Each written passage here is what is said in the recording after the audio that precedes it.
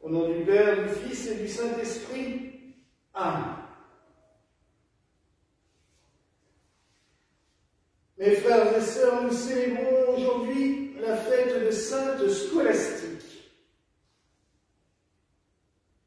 Alors c'est un nom un petit peu compliqué, qui pourtant vient tout simplement de scola, l'étude.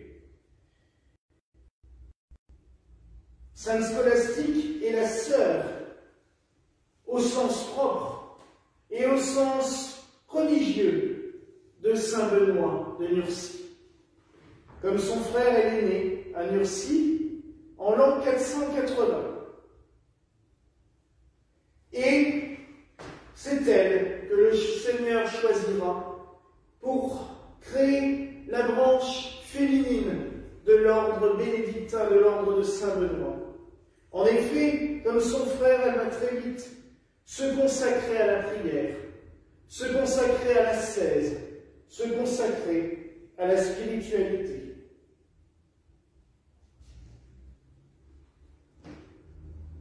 Nous sommes à une époque assez troublée. L'Église en est à ses balbutiements. En 480, il y a déjà eu beaucoup de pères de l'Église. L'Église est installée à Rome, mais la vie monastique en Italie n'est pas mise en valeur. En Gaule, nous avons déjà des monastères. Saint Jean Cassien en a créé à Marseille. Saint Césaire en a créé un à Lérins, avec Saint Honorat. Saint Césaire en a créé un à Arles, sur le modèle de celui de Saint Honorat. Saint Martin a créé des monastères à plusieurs endroits, Ligugé et Marmoutier. Mais l'Italie est un peu pauvre dans le domaine monastique. En Gaule, le monachisme est basé sur le monachisme oriental. Ou, dans le nord de la Gaule, sur le monachisme irlandais qui commence à s'implanter dans nos régions.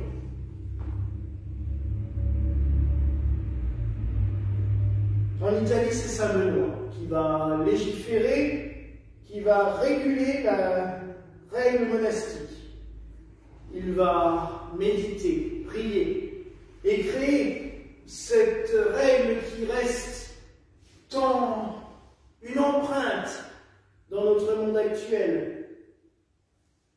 Peut-être aussi parce que Charlemagne, plus tard voulant une généralisation des ordres, va essayer de transformer tous les monastères de toute origine différente en monastères bénédictins. Il va réussir en partie, mais pas pour tout.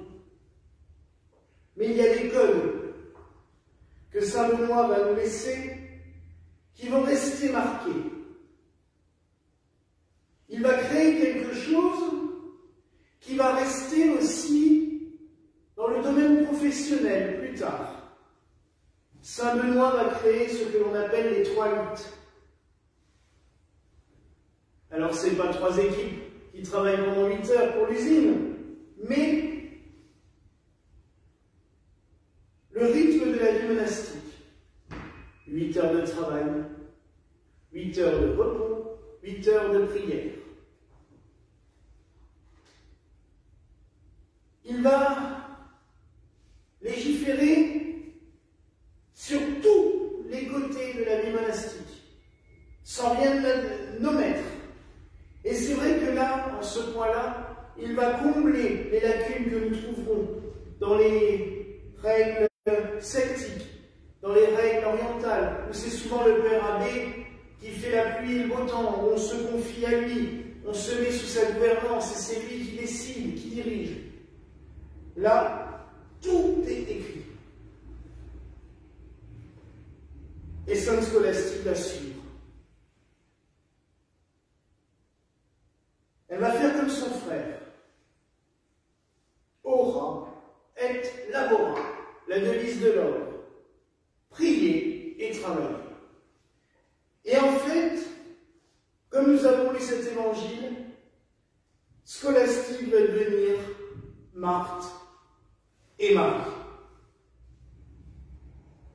En fait, le Christ les oppose un petit peu, en disant à Marthe qu'elle doit arrêter un peu de travailler pour se mettre à méditer. Il est vrai que de se mettre dans l'union totale avec le Christ, de se mettre dans un état de prière, j'allais dire, quasi permanente, c'est merveilleux, c'est beau, et on aimerait tous pouvoir le faire. Malheureusement, dans la vie, il faut se nourrir, il faut se vêtir, il faut faire moult choses qui ne nous permettent pas d'être 100% consacrés à la prière. Ou on peut le faire à la méthode orthodoxe, c'est-à-dire que même dans son travail, être en prière continuelle avec la prière du cœur. Et ça, c'est quelque chose de très beau. Et nous pourrions méditer et prier là-dessus. Mais le rythme donné par saint Benoît est très beau. Prier, travailler. Marthe et Marie. Marthe travaille, elle s'active, elle bouge. Marie, elle contemple, elle écoute le Christ. Car la prière, c'est l'écoute aussi. J'ai posé une citation avant-hier soir que je vous redonne de saint Jérôme, qui est très belle. Vous priez, vous parlez au Christ. Vous lisez les Saintes Écritures, c'est le Christ qui vous parle. Et c'est vraiment ce que fait la règle bénédictine, puisqu'ils étudient beaucoup, ils lisent la parole, ils la méditent, ils font la lectio divina. Et ça, je vous encourage, mes frères et sœurs, à le faire. Lire les Saintes Écritures régulièrement, mais pas comme un roman de gare, en priant, en méditant. Déjà, on ne devrait jamais lire les Saintes Écritures, en dehors de la messe, puisque là, déjà là, elle est entourée de prières. Mais nous ne devrions jamais lire les Saintes Écritures sans avoir prié l'Esprit Saint, pour qu'il nous en éclaire le sens. Puis, nous lisons une première fois, pour comprendre le sens général. Puis nous lisons une seconde fois, en se laissant inspirer par Dieu. Enfin, nous prenons un temps de réflexion. On peut même noter ce qui nous vient, les pensées qui nous viennent sur ce texte. Et nous le relisons une dernière fois. Et surtout, après, nous remercions le Seigneur pour l'enseignement qu'il nous a donné. Là, c'est faire Marie, se mettre à l'écoute du Christ. Après, il faut être Marthe aussi. Travailler. Alors, travailler pour vivre, mais aussi travailler à communiquer ce que nous avons su aux autres. Car à quoi sert de méditer la parole de Dieu, de la goûter, de la dévorer, de la savourer sans la donner aux autres après? C'est comme un cuisinier qui aurait goûté une magnifique recette, mais qui jamais la reproduira pour la faire goûter à d'autres. C'est triste. Le message d'aujourd'hui, en fêtant cette fête de Sainte Scolastique, c'est vraiment que tout chrétien est appelé à travailler pour le Christ. De mille et une façons. Chacun selon ses charismes. Mais aussi de se mettre à son écoute. D'écouter sa parole. D'écouter ce qu'il a à nous dire.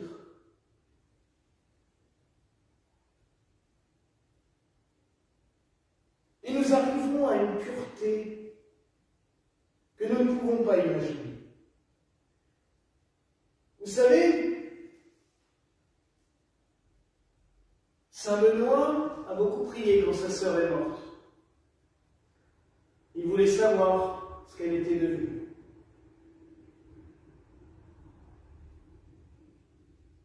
Il l'a accompagnée avant de mourir, toute la nuit, à parler avec elle, à parler du ciel, à l'accompagner vraiment dans ces derniers jours.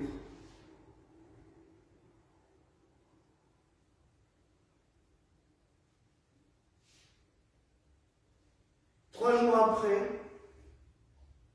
alors qu'il était en train de commencer son office de nuit, il voit une colombe lui apparaître et s'élever dans les cieux. C'est comme ça qu'il a su la mort de sa sœur. C'est beau. Cela nous montre la pureté d'âme de Scolastique. Elle a tellement écouté la parole du Seigneur, elle s'est tellement mise à son service, que le Seigneur l'a accueillie directement auprès de lui, sans passer par les affres du purgatoire.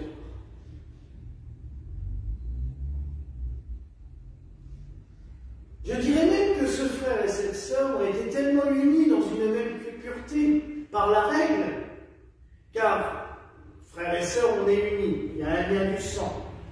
Mais on sait aussi que souvent la vie a tendance à nous éloigner les uns des autres. Eux, c'est la vie spirituelle qui les a réunis, à tel point que saint Benoît est mort quelques semaines après sa sœur. Et tous les deux ont été enterrés ensemble, dans le même tombeau. Ainsi, la création de l'ordre bénédictin, branche masculine et branche féminine, était scellée dans un même tombeau, sur le Monte Cassino. Benoît et Scolastique, représentant les deux branches d'un même ordre, unis pour toujours, comme Marthe et Marie.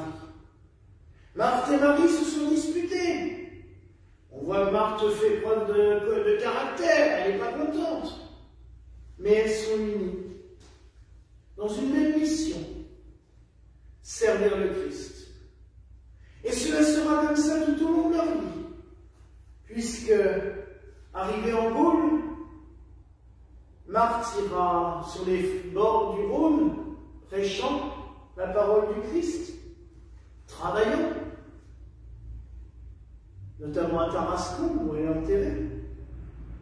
Marie, elle, Marie-Madeleine, va aller à la Sainte-Baume, dans la grotte, et continuer à méditer et à prier.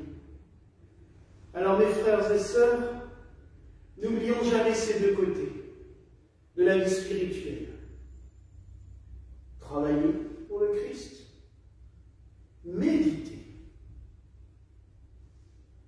parler au nom du Christ, mais ne jamais oublier de l'écouter. Sinon, nous commençons à raconter des conneries. Il faut être franc. Ora et labora. Prier et travailler. Écouter et parler. N'oublions jamais cela. Voilà la grâce que je nous souhaite en ce soir au nom du Père, du Fils et du Saint-Esprit. Amen. Et que la paix du Seigneur soit toujours avec vous.